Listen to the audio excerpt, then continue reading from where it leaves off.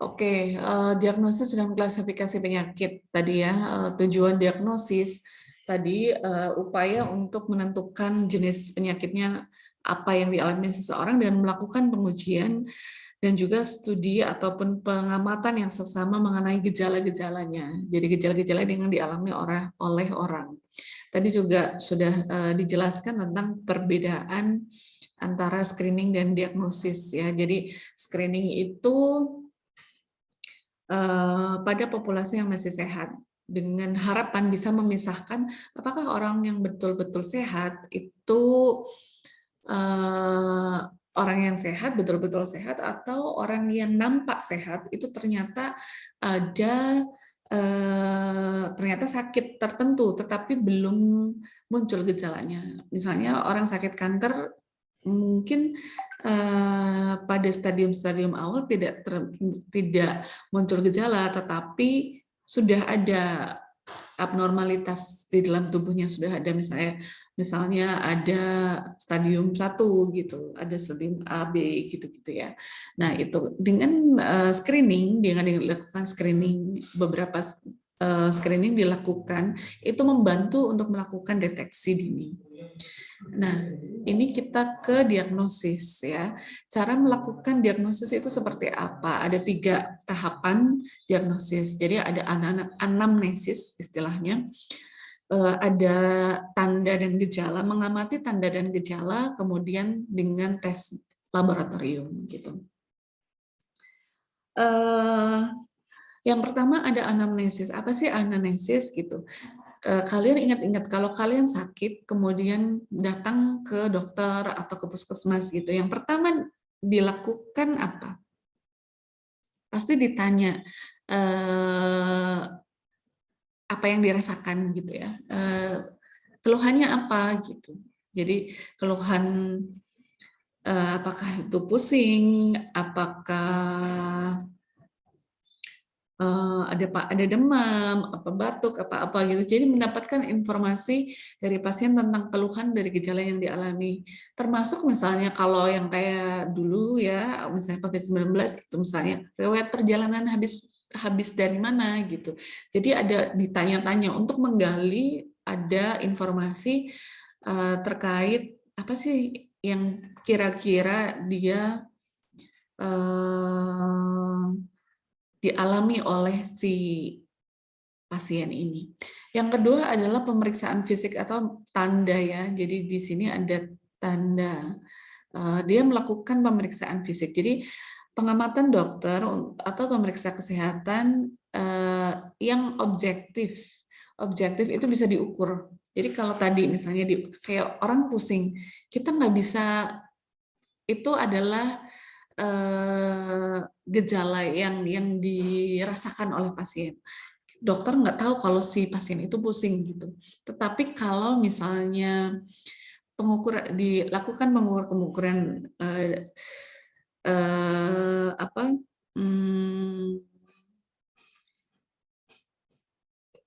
ininya berapa ya kenaikan, misalnya ada pengukuran yang dilakukan gitu. Tekanan darahnya berapa, dicek adakah misalnya kadang disuruh buka mulut, kemudian ada bercak-bercak merah atau apa gitu ya. Jadi yang bisa diukur pemeriksaan fisik oleh dokter atau tenaga kesehatan. Jadi, nah yang ketiga adalah tes ataupun pemeriksaan laboratorium. Tes berupa uji diagnostik dengan mempergunakan bantuan hasil uji alat-alat laboratorium atau alat pemeriksaan lainnya. Nah, ini untuk memastikan kapan dilakukannya tes laboratorium ini, kalau ini juga harus diingat-ingat, kalau dengan anamnesis dan dengan pemeriksaan fisik, itu dokter belum bisa memastikan sakit apa. Gitu. Jadi tidak semua penyakit itu memerlukan pemeriksaan laboratorium untuk melakukan diagnosis. Jadi apakah harus dengan 3 langkah ini? Tidak. Jadi kalau misalnya penyakit-penyakit yang misalnya sudah biasa batuk pilek atau apa ya yang pokoknya dengan ditanya-tanya, dengan memeriksa secara fisik klinis si penderita itu, dokter itu sudah yakin, oh dia sakit apa, udah langsung dia kasih obat. Kalian mungkin pernah juga ya mengalami itu, bahwa dengan melakukan diagnosis hanya dengan 2 langkah, anamnesis dan tanda. Jadi tidak melakukan cek laboratorium. Jadi ingat-ingat, cek laboratorium itu tidak selalu dilakukan dalam uji diagnostik dari diagnosis ini. Tetapi kalau dengan 2 langkah anamnesis dan memeriksa fisik, tanda itu tidak dapat dilakukan, nah itu tidak dapat dipastikan atau masih sebenarnya sakit apa sih ini, karena apa? Karena ada beberapa penyakit yang mirip-mirip ininya gejalanya mirip-mirip, kita tidak bisa memastikan ini penyakitnya apa gitu. Kayak tadi misalnya COVID-19 mirip sekali dengan sekarang yang varian Omikron ini dengan kayak radang tenggorokan dan batuk. Kalau nggak cek nggak tahu. Kalau misalnya kan sekarang mungkin akan banyak yang terkena COVID-19 tapi tidak terdeteksi karena mungkin banyak yang menganggap bahwa oh kayak radang tenggorokan biasa gitu, kemudian minum obat. Nah, kalau tidak tes, melakukan cek laboratorium tidak diketahui. Jadi kalau dokter dengan anamnesis dan tanda tidak bisa memastikan, baru dilakukan uji diagnostik dengan pemeriksaan laboratorium. Nah, ini ya, jadi diagnosis upaya untuk menegakkan atau mengetahui jenis penyakit yang diderita oleh seseorang. Ini anamnesis, keluhan berupa gejala atau simptom yang dirasakan oleh penderita, gitu ya, ditanya-tanya.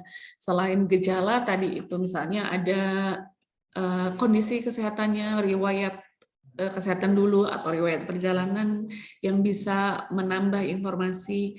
Nah, itu biasanya ditanya-tanyakan. Kemudian pemeriksaan dokter dari pemeriksaan kesehatan pada saat periksa itu. Nah, kemudian yang ketiga tes atau uji pemeriksaan dengan alat laboratorium ataupun teknik pemeriksaan lainnya. Kemudian dia bisa mendefinisikan kasus ataupun menentukan jenis penyakit. Kendala diagnosis, waktu juga sebenarnya ini relatif ya, ada yang lama, ada yang cepat, tergantung dari alat diagnosisnya. Biaya pelaksanaan, ada subjektivitas dan kelemahan dari masing-masing cara. Nah, itu tergantung dari uji diagnosisnya.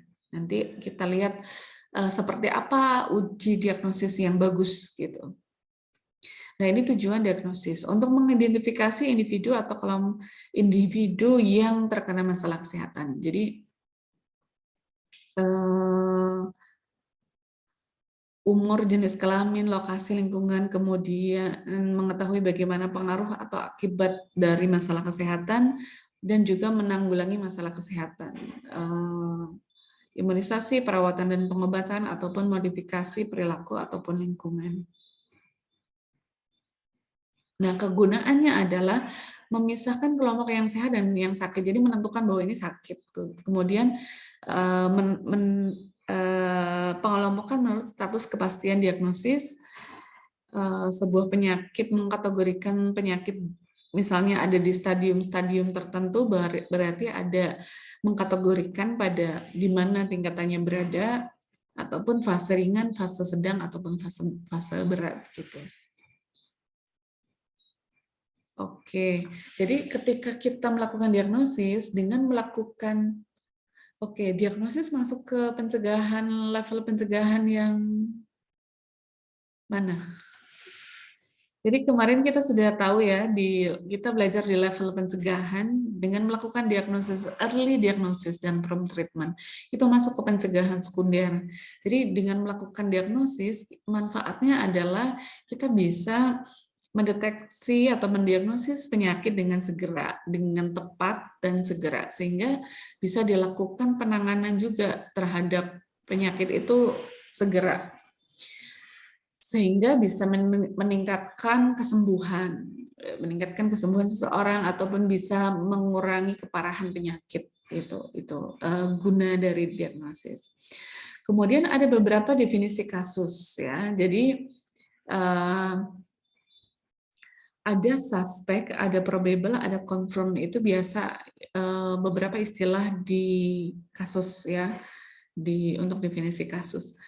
Ada yang pertama, ada suspek, kasus dengan sedikit gejala yang mengarah pada suatu penyakit. Jadi, mungkin ininya terduga, saya terduga tuberkulosis gitu. Misalnya batuk yang berkepanjangan gitu. Probable, kasus yang menunjukkan beberapa gejala yang mengarahkan pada suatu penyakit. Jadi lebih banyak lagi bukti yang mengarahkan seseorang terkena penyakit tertentu, misalnya BTA-nya positif gitu. Kemudian confirm, kasus yang sudah dipastikan dengan uji laboratorium, itu yang sudah dengan uji laboratorium yang standar. Jadi kan ada yang uji yang standar, ada yang uji yang untuk apa ya, uji diagnosis tapi yang bukan gold standard. Gold standard itu standar emas, kayak misalnya untuk PCR standar emasnya adalah untuk PCR untuk COVID-19 uji standarnya adalah PCR. Tetapi ada kayak misalnya swab antibody, swab antigen gitu. Itu kan masih bisa dilakukan gitu, tetapi yang confirm itu tergantung yang mana gitu, yang definisi operasionalnya. Misalnya kasus yang confirm, yang sudah terkonfirmasi itu mau dengan minimal dengan alat uji apa gitu. Biasanya itu nanti berguna untuk pencatatan. Jadi tercatat misalnya, oh yang pasti tertulis sebagai kasus itu yang dengan uji apa gitu, karena bermacam-macam kan alat uji gitu, alat uji diagnostik. Misalnya demam berdarah gitu, demam berdarah apakah hanya dengan melakukan tadi itu, dengan mengecek antibodinya cukupkah gitu, dengan itu nanti mungkin bisa probable gitu, dengan mengecek dengan antibodinya, ada antibodi di dalam tubuhnya, tetapi belum melakukan cek yang lain, cek darah, jumlah trombosit, kemudian atau sebenarnya yang lebih bagus lagi PCR-nya ya, diagnosis yang lebih pasti gitu. Tetapi memang ada kendala, misalnya lebih mahal ya kan, kayak PCR lebih mahal dibandingkan dengan misalnya tes swab antibody gitu kan, lebih murah. Tetap berguna gitu ya, tetap tes-tes itu tetap berguna selain yang gold standar untuk membantu untuk mendiagnosis dini kira-kira penyakit tertentu, termasuk penyakit tertentu apa tidak gitu. Nah, tes diagnostik seharusnya adalah valid dan reliable. Jadi ada valid itu adalah akurat, tesnya akurat. Kalau reliable itu presisi, the precision of the test. Jadi kalau akurasi adalah how close is the result of a test to its true value. Akurat. Jadi akurat. Dan kalau presisi, bagaimana hasilnya kalau diulang itu sama nggak gitu? Itu reliable gitu ya, valid dan reliable. Itu seharusnya tes diagnostik, karena kan kita juga mendengar ya ada beberapa tes uji diagnostik yang misdiagnosis, kemudian salah mendiagnosis, kemudian penanganannya tidak tepat, itu juga akan sangat merugikan. Nah, misalnya seperti ini. Jadi yang perlu diketahui ada ketika alat diagnostik itu diimplementasikan, itu harus ada tes seperti ini. Untuk mengetes misalnya ada grup yang namanya true positif, ada yang false positif, ada yang false negatif, ada true negatif, gitu ya. Nanti coba saya satu-satu jelaskan. Kalau misalnya true positif itu misalnya tesnya misalnya yang gampang saja dengan tes antigen misalnya COVID-19 ya, kemudian saya teridentifikasi positif dengan tes antigen gitu misalnya, dan saya betul-betul sakit, misalnya dibandingkan dengan PCR gitu, PCR-nya juga positif gitu, oh betul-betul sakit COVID-19 atau teridentifikasi COVID-19, itu true positif. Jadi hasilnya positif dan betul-betul terkena penyakit tertentu itu. Kemudian ada false positif. False positif hasilnya positif, tetapi tidak sakit penyakit itu gitu. Itu bisa kayak uji-uji diagnostik yang terjadi cross reaksi, misalnya cikungunya sama DBD gitu, yang mirip-mirip familinya, itu bisa saja terjadi false positif. Jadi misalnya gejalanya hampir mirip. Nah, seperti itu.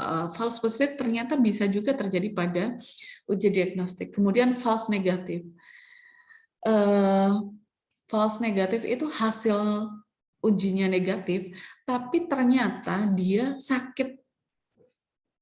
Nah, kenapa bisa begitu? Misalnya, COVID-19 dicek dengan antibodi pada awal-awal sakit. Bisa saja negatif hasilnya. Karena apa? Karena belum muncul antibodinya. Itu false negatif. Hasilnya dicek dengan antibodi, hasilnya negatif. Harusnya negatif kan tidak sakit kan, tetapi di kemudian hari dia sakit, COVID-19 misalnya, yang sekarang inilah yang gampang contohnya. Nah, itu namanya false negatif. Kan tidak bagus tes yang seperti itu. Kemudian true negatif adalah ketika hasilnya negatif, betul-betul negatif gitu ya. Jadi kalian ingat-ingat yang di akhirnya. Yang di akhirnya ada, yang di kalimat akhirnya adalah yang hasil ujinya true positif, hasil ujinya positif, betul-betul positif, true positif. Kalau false positif, hasilnya positif tetapi tidak sakit penyakit itu gitu ya. Bisa saja sakit tetapi sakit yang lain ternyata. Nah, itu bisa saja seperti itu. Nah, itu sudah tes diagnostik yang kurang baik. Nah, kalau false negatif tapi ternyata positif gitu. Tapi ternyata sakit penyakit itu. Kalau true negatif dan betul-betul tidak sakit gitu. Nah, ini validitas. Ini dicek biasanya alat untuk uji itu pasti dibandingkan dengan gold standarnya. Bisa nggak ini dipakai sebagai alat bantu diagnosis gitu. Jadi biasanya dilakukan uji seperti ini. Nah, ini sensitivitas ya, adalah proporsi orang yang benar-benar sakit dalam populasi tadi itu. Jadi ada sakit, ada ini DS disease ya.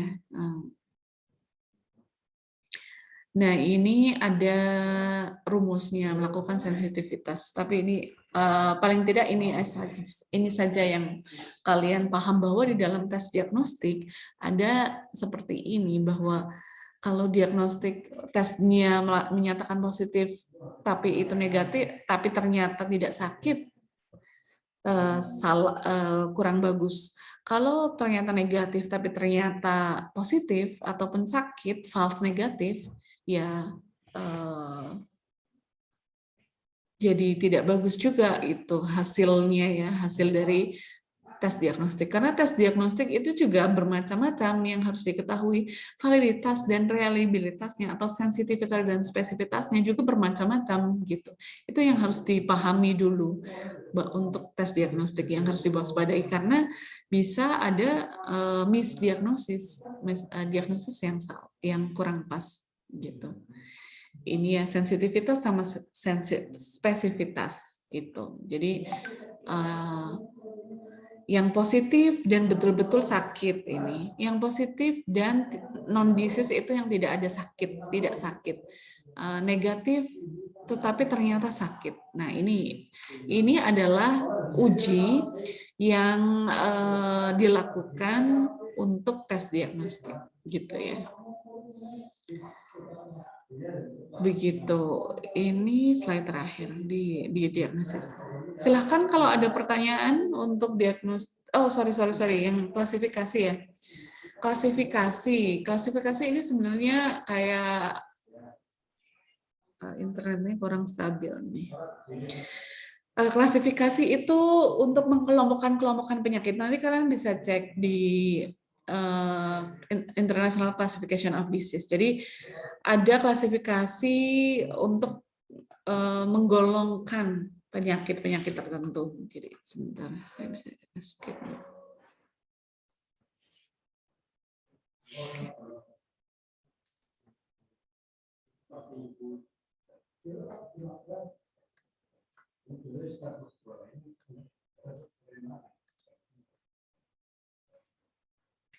Nah, seperti ini. Jadi saya kira kalian bisa melihat ini ICD klasifikasi penyakit. Jadi ada yang kayak penyakit yang disebabkan oleh infeksi ataupun penyakit yang disebabkan oleh infeksi ataupun parasit, agen infeksius atau parasit, ada yang neoplasma, ada penyakit yang karena sistem imunnya, kemudian ada gangguan tidur sleep wake disorder, kemudian penyakit yang terkena adalah sistem sarafnya, kemudian ada sistem penglihatannya, kayak gitu-gitu. Jadi ada ini pengkategorian saja. Jadi mengkategorikan penyakit-penyakit menjadi kategori-kategori tertentu. Gitu. Itu klasifikasi penyakit intinya itu. Silahkan ada pertanyaan sebelum ke imunisasi ya, ke pertemuan selanjutnya. Saya stop recording. Nanti untuk saya biar satu-satu ya saya upload, nanti saya upload di materi per materi. Nanti saya record lagi yang berikutnya.